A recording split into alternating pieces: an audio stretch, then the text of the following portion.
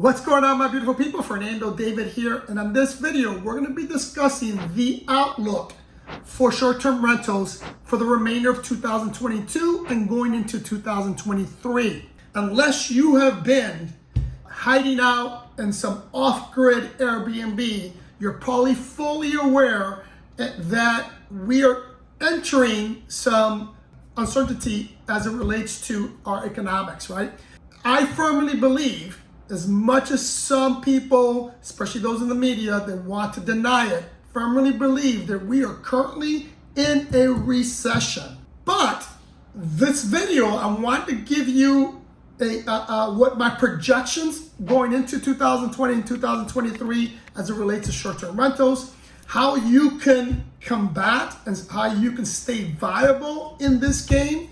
And I'm going to be using data or past data that I obtained, and I'll cite the references in a second, but we'll use data to help us predict what's going to happen in the future, right?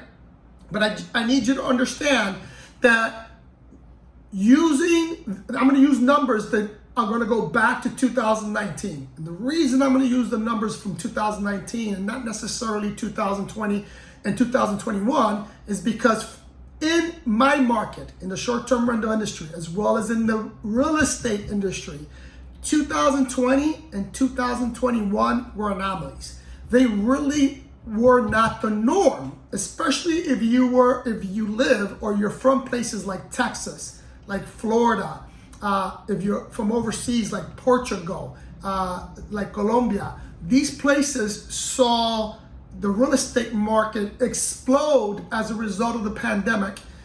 We also saw historic lows as it relates to mortgage rates, which artificially, in my opinion, stimulated the real estate market as well as the short-term rental market. So I'm not using those numbers, although I will give you some of those numbers, but I think the better numbers to use were the numbers for 2019, and we want to compare those numbers to 2022. So here's what we're going to discuss first. We're going to, when I look at the market, there's three areas that I look at. I look at what airlines are doing and how the airline industry is doing. I look at hotels, and I also look at vehicle travel to see what trends those areas can tell me about travel itself, right? So let's just use airline travels. And I used the TSA website to give me these numbers. So if you want to know where I got these numbers from, I'm going to start citing these websites from which these numbers come from. In air travel, in 2022, we saw a 20% increase in air travel from 2021. Now again, I think these numbers are skewed. So let's go back to 2019. From 2019 to now, there's been an increase of 12% in air travel, meaning in terms of travelers using the airline industry to go on trips or go on business trips, right? So there's been a 12% increase. Now, again, unless you've been hiding out someplace, you know that air travel has been a disaster lately. But it's been a disaster because there's been an increase in travel and there's been a decrease in travel service. Right now the airline industry is struggling to keep its staff. There is a pilot shortage. So because of the factor of there's increased demand for travel and there's a decrease in services, then we're seeing the problems that we're having. But there is an increase, which is 12%. Now let's look at hotels. Hotels saw a 7.7% increase from 2019 to now. So again, hotels are flourishing again. They're being occupied, they're being used, and there is an increase from 2019 to now. But here's the big one. So vehicle travel, people taking trips and getting in their cars and going to a certain destination. From 2019 to now, and this is even with the increased gas prices, there's been a 56% increase in travel by vehicle. Now, I got that number from a website called Arrival List. If you're not familiar with that website, basically that website tracks vehicle movement, the travel from within vehicles, and they collect the data from people going on vacations using their car. So using that website, they listed a 56% increase from 2019 to now, which makes sense, right? Because, you know, in 2020 and 21, people weren't getting on planes. They were using their cars to go on vacation. And then now, plane tickets are super expensive because, again, demand is high, but services are low. So and even though gas prices are high, it's still much cheaper and much easier to get in the car and drive than it is to get on a plane. So, and with the fact that, or taking into account that some people are still afraid to travel because of the virus, right? So now let's look at the short-term rental industry. Now, within the short-term rental industry, it also saw an increase in usage among travelers, a 21% increase. 21% more people used short-term rentals in 2022, or the first half of 2022, than they did in 2019. So that's a plus. Now let's look at the data in terms of data that we really can use to determine the outlook of short-term rentals. And I'm going to start by giving you numbers as it relates to listings. How many short-term listings are there? In 2019, there were a little over 1.1 million listings for short-term rentals, right? In 2022, for June of 2022, there's a little over 1.2 million. So there was an increase. That increase is a little bit over 11%. So there's 11% more short-term rentals today than they were back in 2019.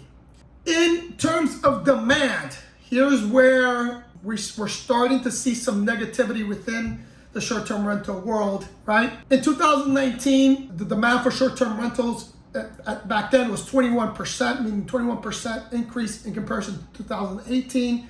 But in 2022, there is little to no change in terms of demand from 2019. Now, keep in mind, why that matters is because we have more listings today than we did back in 2019, and yet we have equal to the same amount of demand. So in theory, demand stayed the same, right? But here are the numbers that really matter to us. And these two factors, and if you follow my channel, you know these are the two primary factors to determine the success of your short-term rental business, and that is occupancy rate and the average daily rate.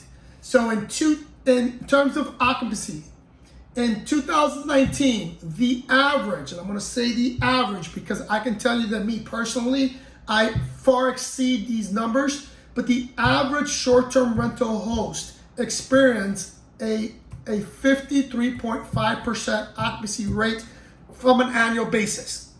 Now, again, keep in mind that it's very regional and it includes seasonal short-term rentals like Colorado, for example. Colorado is very seasonal. You know, there's certain parts of the year in which you get nobody booking your place, and other parts of the year you get 100% occupancy. But worldwide, these are the numbers that are related to occupancy rate, which is 53%, right?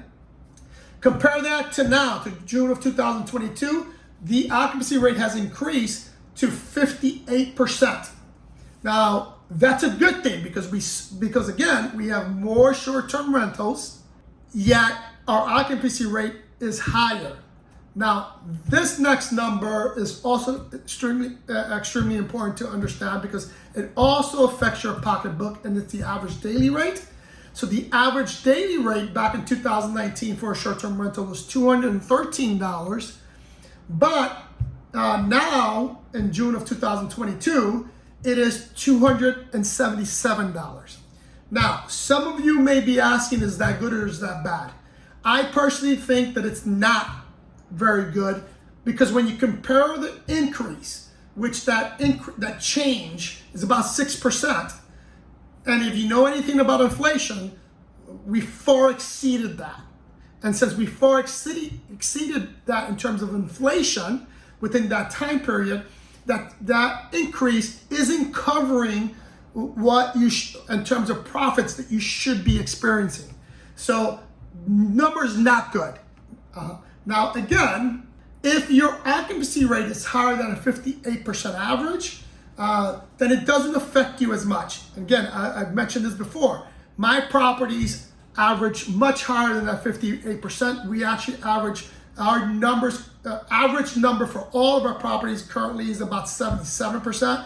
Some properties are a little higher, some a little lower, but 77% is where we're at, which is actually lower than we were back, again, during these artificial times of 2020 and 2021, when my occupancy rate back then was 87%. Now, I hope this information was useful, helpful. If it was, do me a big favor, hit the like button, subscribe if you haven't subscribed, follow us on Instagram. I love you guys, and I'll see you in the next one.